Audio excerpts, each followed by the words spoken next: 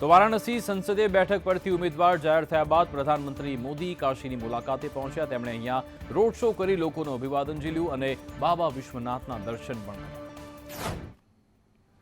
પ્રધાનમંત્રી મોદી ફરી એકવાર સંસદીય ક્ષેત્ર વારાણસીની મુલાકાતે પહોંચ્યા હતા। વારાણસી સંસદીય બેઠક પર ઉમેદવાર જાહેર થયા બાદ વડાપ્રધાનની આ પ્રથમ મુલાકાત છે। તેમના સ્વાગત માટે યોગી સરકારે કોઈ કસર બાકી રાખી નથી। ભાજપે એરપોર્ટથી શ્રી કાશી વિશ્વનાથ ધામ સુધીના 26 કિલોમીટરના અંતરમાં 30થી વધુ સ્વાગત પોઈન્ટ ઊભા કર્યા હતા। એટલું જ નહીં, અહીંયા પીએમએ રોડ શો કરી લોકોનું અભિવાદન ઝીલ્યું હતું। મોટી સંખ્યામાં ઉમટેલી જનમેદની મોદી મોદીના નારા લગાવતી હતી। આ વખતે પણ પીએમ મોદી ગૌદોલિયા 4 રસ્તાથી દશાશ્વમેઘ તરફ પગપાળા ચાલ્યા અને રથયાત્રામાં નિર્માણાધીન રોપવે પ્રોજેક્ટનું નિરીક્ષણ કર્યું અને બાબા વિશ્વનાથના દર્શન પણ કર્યા। વડાપ્રધાન મોદીની આ 45મી કાશી મુલાકાત છે। હાલમાં જ ફેબ્રુઆરી મહિનામાં 2 દિવસની મુલાકાત દરમિયાન પ્રધાનમંત્રી મોદીએ વારાણસીને 13,000 કરોડ રૂપિયાથી વધુની યોજનાઓનું શિલાન્યાસ અને લોકાર્પણ કર્યું હતું। સીઆર પાટીલે ખામ થિયરીને લઈ કોંગ્રેસ પર પ્રહાર કર્યા તો અમિત ચાવડાએ ભાજપ પર ધર્મ આધારિત રાજનીતિનો આરોપ લગાવ્યો। ગુજરાતનો દાખલો આપો, 1984માં કોંગ્રેસના એક મુખ્યમંત્રીએ ત્યારે ખામ થિયરી અપનાવી હતી, પણ એમાં જ્ઞાતિના ભાગલા કર્યા હતા। એ ભાગલા કરીને એમણે જીત મેળવી હતી, પણ એવી જીત આપણે કહીએ ને કે અંચાઈ કરીને મેળવેલી જીતને કારણે પરિસ્થિતિ એવી સર્જાઈ કે આટલી બધી બહુમતી હોવા છતાં એમણે રાજીનામું આપવું પડ્યું। કોંગ્રેસે જ્યારે ગરીબની વાત કરી, એસસી એસટી ઓબીસી માઇનોરિટી સમાજની વાત કરી, એના હક અધિકારની જ્યારે વાત કોંગ્રેસ કરે ત્યારે આજ ભારતીય જનતા પાર્ટી એમ કે કોંગ્રેસ જાતિની રાજનીતિ કરે છે। હા, ચોક્કસ અમે ગરીબની રાજનીતિ કરીએ છીએ, ગરીબના હક અધિકારની રાજનીતિ કરીએ છીએ, એના અન્યાયની વાત કરીએ છીએ, એના શોષણની વાત કરીએ છીએ, એના અધિકારની વાત કરીએ છીએ। તમારી જેમ જાતિ કે ધર્મનો સત્તા માટે, મત માટે ઉપયોગ ક્યારેય નથી કરતા। રાહુલ ગાંધીએ બોડેલીમાં કોંગ્રેસ ધારાસભ્યો સાથે બેઠક કરી। કોંગ્રેસ છોડતા ધારાસભ્યો અંગે ચિંતા પણ વ્યક્ત કરી। કોંગ્રેસ નેતાઓ લોકોના પ્રશ્નોને વાચા આપવામાં ઉણા ઉતર્યા હોવાની પણ ટકોર કરી। ભારત જોડો ન્યાય યાત્રા હાલ ગુજરાતમાં ચાલી રહી છે। રાહુલ ગાંધીએ છોટાઉદેપુરના બોડેલીથી આજે 3જા દિવસે ન્યાય યાત્રાને પ્રારંભ થયો હતો। ન્યાય યાત્રાના 3જા દિવસે રાહુલ ગાંધીએ કોંગ્રેસના ધારાસભ્યો સાથે બોડેલીમાં બેઠક કરી છે। કોંગ્રેસ નેતાઓ લોકોના પ્રશ્નને વાચા આપવામાં ઉણા ઉતર્યા હોવાની પણ ટકોર કરવામાં આવી। લોકસભા ચૂંટણીમાં કામે લગી જવા રાહુલ ગાંધીએ સૂચના આપી છે। કપરી સ્થિતિમાં પણ પક્ષ સાથે જોડાઈ રહી પ્રજાદ્રોહ ન કરવા બદલ ધારાસભ્યોને અભિનંદન પણ પાઠવ્યા હતા। ભરૂચમાં મળેલી કોર્નર મીટિંગમાં રાહુલ ગાંધી આદિવાસીઓ અને ખેડૂતોમાં પ્રશ્નોને લઈ સંબોધન કર્યું હતું। आपका जल, आपका जंगल, आपकी जमीन उठा के ले जाते हैं, आपसे कहते हैं भैया विकास होगा, और फिर जब आप देखते हो आपको कहीं भी देश में भागीदारी नहीं। ये विकास आपको ये सवाल पूछना चाहिए, विकास किसके लिए हो रहा है? ये 90% के लिए हो रहा है या ये 2-3% अरबपतियों के लिए हो रहा है, अदानी अंबानी का हो रहा है? રાહુલ ગાંધીની યાત્રામાં સ્વર્ગીય અહેમદ પટેલનો પરિવાર ગેરહાજર રહ્યો। આપ સાથેના ગઠબંધનથી તે નારાજ છે। કોંગ્રેસ નેતા રાહુલ ગાંધીની ભારત જોડો ન્યાય યાત્રા ગુજરાતમાં છે, ત્યારે રાજકીય પારો ચરમસીમાએ પહોંચ્યો છે, જેમાં ભરૂચ બેઠક પર કોંગ્રેસના બદલે ગઠબંધન દ્વારા આપ નેતા ચેતર વસાવાના નામની જાહેરાત થતા વિવાદ વધી રહ્યો છે।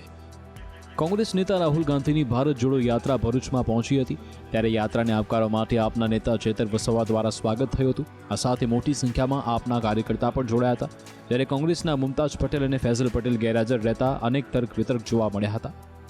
તેમની નારાજગીની જો વાત કરીએ તો સ્વર્ગસ્થ નેતા અહેમદ પટેલના પુત્ર ફૈઝલ અને પુત્રી મુમતાઝ લાંબા સમયથી ભરૂચ લોકસભાની બેઠક પરથી પોતાની દાવેદારી માટે દાવા કરતા આવ્યા છે।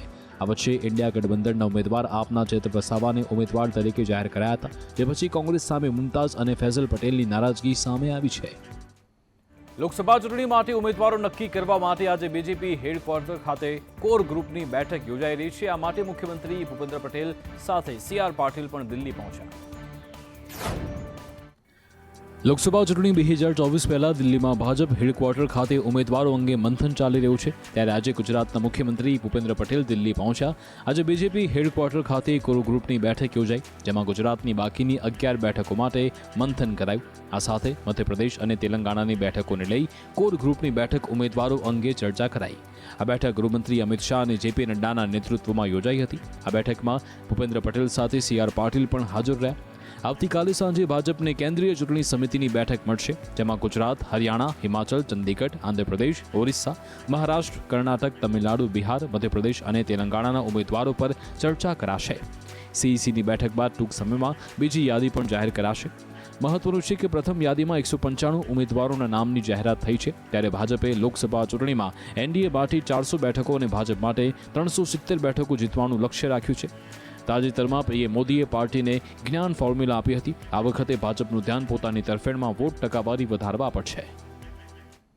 બિહારમાં લાલુ યાદવને ચેતવણી આપતા અમિત શાહે કહ્યું કે જમીન માફિયાઓની હવે ખેર નથી. કેન્દ્રીય ગૃહમંત્રી અમિત શાહે પટનાના પાલીગંજમાં ઓબીસી સંમેલનને સંબોધિત કરતા બિહારમાં જમીન માફિયાઓ સામે કડક કાર્યવાહી કરવાની જાહેરાત કરી હતી. શાહે કહ્યું કે લેન્ડ માફિયાની હવે ખેર નહીં. બિહારમાં ફરી ડબલ એન્જિન સરકાર બની છે. જમીન માફિયાઓને ઊંધા લટકાવીને સીધા કરવાનું કામ ભાજપાની સરકાર કરશે. આ માટે ટૂંક સમયમાં એક કમિટી બનાવવામાં આવશે. તો શાહે ભત્રીજાવાદ પર પણ નિશાન સાધ્યું હતું. તેમણે કહ્યું કે કોંગ્રેસે માત્ર પોતાના પરિવારના કલ્યાણ માટે જ કામ કર્યું છે. પછાત લોકોના નામે રાજનીતિ કરનારા લાલુ યાદવે પણ આ જ માર્ગ અપનાવ્યો. સોનિયા ગાંધીનું એકમાત્ર ટાર્ગેટ રાહુલ ગાંધીને વડાપ્રધાન બનાવવાનું છે. એ જ રીતે લાલુનો ઉદ્દેશ્ય એ છે કે તે તેમના પુત્ર તેજસ્વી યાદવને मुख्यमंत्री बनावे. लालू प्रसाद जी की पार्टी को चेताने आया हो, बिहार में फिर से डबल इंजन की सरकार बन गई है. भू माफियाओं को उल्टा लटका कर सीधा करने का काम ये भारतीय जनता पार्टी की सरकार. લોકસભા ચૂંટણી પહેલા એનડીએનો વિસ્તાર થઈ રહ્યો છે. ટીડીપી અને પવન કલ્યાણની પાર્ટીએ ભાજપ સાથે હાથ મિલાવ્યો. લોકસભા ચૂંટણી 2024 પહેલા એનડીએ ગઠબંધન સતત પોતાના સમૂહને વિસ્તારી રહ્યું છે. દિવસોની અટકળો પછી ભારતીય જનતા પાર્ટીએ તેલુગુ દેશમ પાર્ટી અને પવન કલ્યાણની જનસેના પાર્ટી વચ્ચે ગઠબંધનને અંતિમ સ્વરૂપ આપ્યું છે. આ મિત્રતા પર મોહર મારવાની જાહેરાત કરતા ટીડીપીના વડા ચંદ્રાબાબુ નાયડુએ કહ્યું હતું કે આ ગઠબંધન લોકસભાની ચૂંટણી તેમજ આંધ્રપ્રદેશ વિધાનસભાની ચૂંટણી જીતવામાં મદદ કરશે. ગઠબંધનને ધ્યાનમાં રાખીને આંધ્રપ્રદેશના ભૂતપૂર્વ મુખ્યપ્રધાન નાયડુ અને જનસેવાના વડા દક્ષિણના સુપરસ્ટાર અભિનેતા પવન કલ્યાણ પર શાહ અને નડ્ડાને મળ્યા હતા. ટીડીપીના વરિષ્ઠ નેતા અને રાજ્યસભાના સભ્ય કે રવિન્દ્ર કુમારે કહ્યું હતું કે ભાજપ, જનસેના અને તેમની પાર્ટીએ સૈદ્ધાંતિક રીતે આગામી ચૂંટણીમાં સાથ મળીને કામ કરવાનો નિર્ણય લીધો છે અને સર્વસંમતિ બનાવવા માટે મોડેલ પર કામ કરવામાં આવી રહ્યું છે. ઉલ્લેખનીય છે કે આંધ્રપ્રદેશમાં લોકસભા અને વિધાનસભાની ચૂંટણી એક સાથે યોજાશે. જો આપણે બીજેપી ઉમેદવારોની પ્રથમ યાદી પર નજર કરીએ તો પાર્ટી પહેલેથી જ મિશન સાઉથ મોડ પર સ્વિચ કરી ચૂકી છે. પીએમ મોદી 2 દિવસની આસામ મુલાકાતે છે, ત્યારે આજે તેમણે કાઝીરંગા નેશનલ પાર્કની મુલાકાત લીધી હતી. વડાપ્રધાન નરેન્દ્ર મોદી 2 દિવસ આસામના પ્રવાસી છે, ત્યારે વડાપ્રધાને કાઝીરંગા નેશનલ પાર્કમાં આજે હાથી પર સવારી કરી હતી અને જંગલમાં સફારી પર ગયા હતા. આ વર્ષે કાઝીરંગા આ સિદ્ધિની સુવર્ણ જયંતિની ઉજવણી કરી રહ્યું છે. કાઝીરંગા નેશનલ પાર્ક પહોંચેલા પીએમ મોદી હાથી પર સવારી કરતા જોવા મળ્યા હતા, જ્યારે ભારતના મધ્યપ્રદેશના કુનો નેશનલ પાર્કમાં ચિત્તા લાવવામાં આવ્યા ત્યારે પણ વડાપ્રધાન નરેન્દ્ર મોદી પહોંચ્યા હતા અને અહીં તેઓ ફોટોગ્રાફી કરતા જોવા મળ્યા હતા. કાઝીરંગા હાથી પર સવારી કરી રહ્યા હતા તે દરમિયાન પણ વડાપ્રધાન મોદી કેમેરા સાથે જોવા મળ્યા હતા. વડાપ્રધાન મોદીને ફોટોગ્રાફીનો શોખ છે અને આ પ્રકારના સ્થળો પર તેઓ જાય ત્યારે કેમેરા પણ તેમની સાથે જોવા મળે છે. વડાપ્રધાન મોદી સાથે નેશનલ પાર્કના ડાયરેક્ટર અને વન વિભાગના અધિકારીઓ પણ હાજર હતા. બધા લોકો હાથી પર બેસીને કોહોરા રેન્જમાં પ્રાણીઓને જોયા હતા. કાઝીરંગા નેશનલ પાર્ક તેના એક શિંગડાવાળા ગેંડા માટે ખૂબ જ પ્રખ્યાત છે. તેમને જોવા માટે દુનિયાભરમાંથી લોકો અહીંયા આવે છે. આ સિવાય અહીં હાથી, ભેંસ, હરણ અને વાઘ જોવાની તક મળે છે. પીએમ મોદીએ વિશ્વની સૌથી લાંબી સેલા ટનલનું ઉદ્ઘાટન કર્યું. એલએસીની નજીક હોવાથી સેલા ટનલ ભારતીય સેના માટે વ્યૂહાત્મક રીતે મદદરૂપ સાબિત થશે.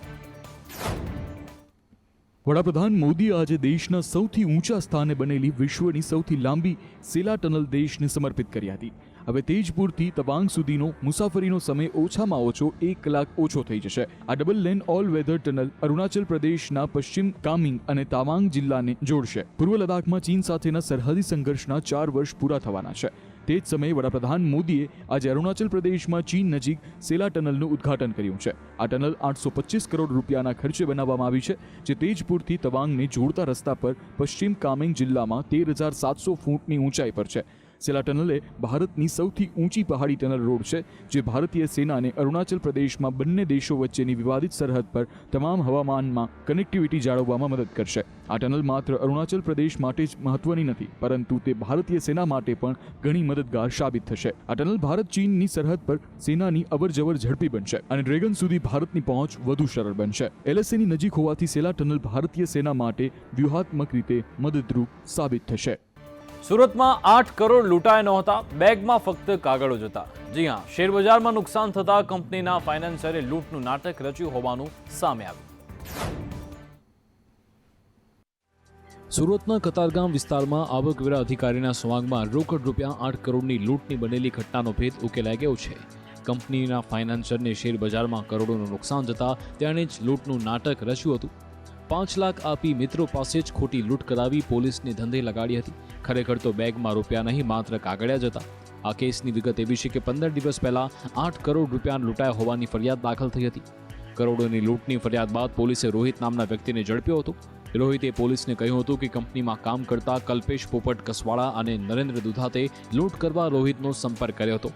આ કામ માટે તેને 5 લાખ રૂપિયા આપ્યા હતા. પોલીસને શરૂઆતથી ફરિયાદી નરેન્દ્ર દુધાત પર શંકા હતી. રોહિતના સ્ટેટમેન્ટ બાદ નરેન્દ્ર ભાંગી પડ્યો હતો અને હકીકત જણાવી હતી. નરેન્દ્ર દુધાતે પોલીસને જણાવ્યું હતું કે શેરબજારમાં કરોડોનું નુકસાન થયું હોવાના લીધે લૂંટનું નાટક રચ્યું હતું. જૂની પેન્શન સ્કીમ સહિતની પડતર માંગને લઈ ગાંધીનગર ખાતે શિક્ષકોએ આજે અનોખો વિરોધ કર્યો, જેમાં ભગવો ધારણ કરી સૂત્રોચ્ચાર કર્યા હતા.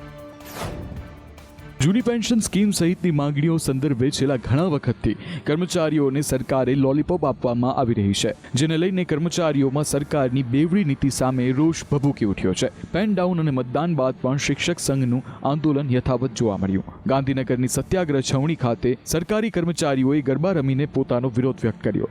જૂની પેન્શન યોજના સહિતની પડતર માંગણીઓને લઈને રાષ્ટ્રીય સંયુક્ત મોરચા દ્વારા મહાપંચાયતનું આયોજન કરવામાં આવ્યું હતું, જેમાં કર્મચારીઓએ જૂની પેન્શન યોજનાનો ઠરાવ કરવા માંગણી કરી હતી. ઉલ્લેખનીય છે કે સરકારે વિધાનસભાની ચૂંટણી પહેલા ઠરાવ કરવાની ખાતરી આપી હતી, પણ હજુ સુધી સરકારે ઠરાવ કર્યો નથી. સરકાર ઠરાવ નહીં કરે તો અચોક્કસ મુદ્દત સુધી આંદોલનની ચીમકી ઉચ્ચારવામાં આવી છે. અમારા 2005 પહેલાનો ઠરાવ સરકારે સ્વીકાર કર્યા પછી પણ હજી અમારી પાસે આવ્યો નથી. એ સિવાય પણ 2005 પછીના મિત્રોને ઓલ્ડ પેન્શનનો મુખ્ય મુદ્દો બનાવી અને શિક્ષકોના અનેક પડતર પ્રશ્નો માટે અમે આજે મહાપંચાયત કરવા જઈ રહ્યા છીએ. દિલ્હી પહોંચેલા માલદીવ્સના પૂર્વ રાષ્ટ્રપતિ મોહમ્મદ નશીદે ભારત અને માલદીવ્સના સંબંધો પર ચિંતા વ્યક્ત કરી. તેમણે માલદીવ્સના લોકો વતી માફી પણ માંગી છે. મોહમ્મદ નશીદે કહ્યું કે ભારત સાથેના વિવાદથી માલદીવ્સ પર ભારે અસર થઈ છે.